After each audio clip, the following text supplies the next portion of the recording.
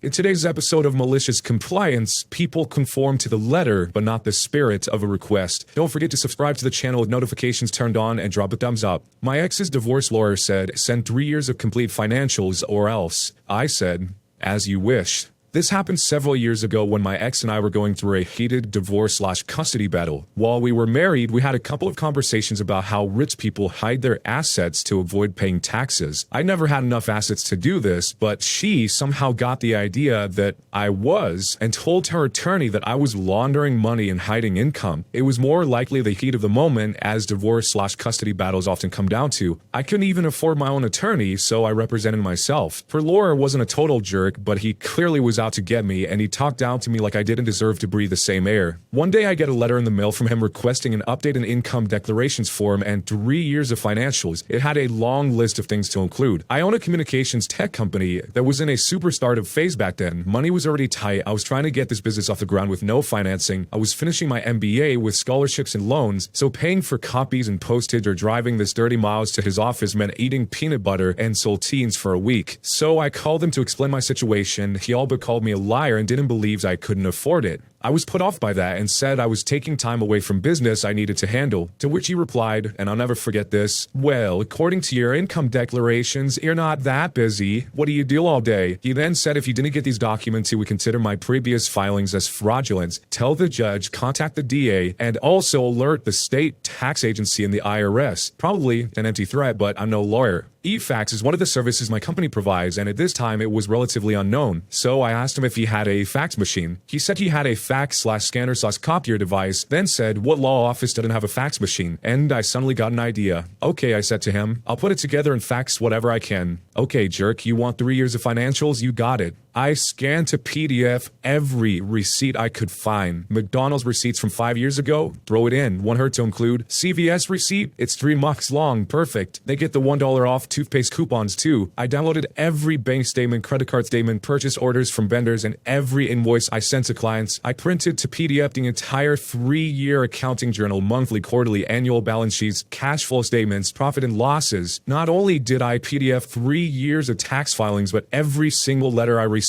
from the IRS and state tax agency, including the inserts advising me of my rights. It took a while, but I was a few days ahead of the deadline. I made a cover page, black background with white lettering. Wherever I could, I included separator pages in all caps, boldest font that would fit on the page, in landscape, 20xx receipts, 20xx taxes, etc. is how I labeled it. I merged everything into a single 150-page compressed PDF file and sent the document using my eFax system. Every hour or so, I received a status email saying the fax failed. That's weird. Well, they're getting this document, so I changed the system configuration to unlimited retries after failures to keep redialing until it went through. Weird. I was still getting status email failures. I'll delete the failure emails and keep the success ones after it eventually goes through, I thought. Problem solved. 2 days later, a lady from his office called and asked me to stop sending the fax. Their fax/scanner/printer/copier had been printing non-stop. It kept getting printer jams, it kept running out of ink, and it had to keep shutting it off and on to print. I explained that her boss told me to send this by the deadline or else he would call the DA and IRS. Since I didn't want to call from the DA or IRS, I would keep sending until I get a success confirmation. I suggested they just not print until my fax completes, but she didn't like that. She asked me to email the document, and I told a little white lie that my email wouldn't allow an attachment that day unless her boss in writing agreed to cancel the request or reimburse me for the costs to print and ship. I said I would continue to fax until they confirmed they have received every page. She put me on hold and the attorney gets in the line. He said forget sending the financials. I said that I would need this in writing, so I would keep sending the fax until he said that to me. He asked me to stop faxing and he would send it in writing. I said send it in writing first and then I'll stop. A long moment of silence and then click. About 20 minutes later I received an email from his assistant with an attached signed letter in PDF that I no longer needed to provide financials. The letter then threatened to pursue sanctions in court or sue me for interfering with their business. Every time I saw him after that, the lawyer never brought up sanctions, lawsuits, criminal referrals, or financials ever again. This is a funny story, but it's kind of sad what this is actually a result of. He told her about how rich people hide their assets, and then it created this whole thing trying to make it seem like he's hiding assets. But the strange part is, of all people, people, shouldn't she know if he has money or not, if she was married to him and living with him, and I assume they have children, is it fighting over custody? And from the way he tells it here, it sounds like he was really in a bad spot financially, but nobody believed him, I guess. The actual repeated sending of the facts over and over and over again, somebody called peeper bombing, and they said, I do this generally via scan and email when the entire record is requested. I ask if the receiver needs the entire record or just the most recent court orders, case plan assessment, etc. Most of the time they say they just want the most recent set of documents plus the entire narrative. Easy peasy for them and me. But if they ask for the entire record, then that is what they get. It may take days in between my regular work, but if you want 4 banker boxes full, you get 4 banker boxes full. I never copy and snail mail. They waste my time for unnecessary paperwork. They can waste their own paper and printer toner/ink. And all the years I've done this, or 10 out of the last 19 times, I've only had to do the full paper bombing 3 or 4 times. So this is basically just office warfare. People spam sending faxes and emails at each other until they get overwhelmed and they want to stop requesting. It seems like these malicious compliance stories are actually kind of just the guidebook manual on how to do all these little tricks, because this is something I wouldn't have even ever thought of. But let me know what you guys would do if you were in this situation, or if you have been in a situation, let me know what happened. My mother-in-law lied about my baby gender, and now I have to see my baby in the clothes they brought. I'm a 30-year-old female, and November of last year we gave birth to our first baby. It's the first in my family and the 6th in my husband's family, who's a 32-year-old male. It's important to say that all 6 kids are boys, and mother-in-law is in some sick baby girl rabies. Ever since we made the announcement, mother-in-law convinced herself that I was pregnant with a girl. I told her that once we knew the gender, she would be the first to know. We told her it was a boy, and she was still convinced it was a girl. She told her whole side of the family that it was a girl. I corrected, but she told them I was just annoyed because I wanted a boy first. I just wanted a healthy baby. I didn't care about the gender. She also told them we are naming the girl after her mom, which we will never do because my husband hates his grandma. When the baby shower gift started to come, I noticed that a lot of things weren't from the register, embroidered things with grandma's name, and it didn't matter. We told them the gender and the name and made it clear we are not lying about the gender. Everyone believed her instead of believing us. Well, the baby was born, and imagine the surprise. It was a boy, just like we have been telling everyone. The problem for them was that now the baby has plenty of girly clothes, pink onesies, etc., and we are dressing our baby with them, specifically for his family video calls and for pictures for them. After a Saturday call, our mother-in-law called us to scream at us because we're making the elders uncomfortable for not sticking to a masculine color scheme for the baby clothes, and we have to stop being this childish. She just thought my belly shape was more like a girl than it was a boy. We told her we will not be able to change the baby's clothes and to just wait until the dresses fit. He will look adorable. Am I the jerk? Okay, first off, how can you tell the gender of a baby based on the belly shape of the mom who's pregnant? Is that even a thing? Is that just a made-up thing, or is that really something that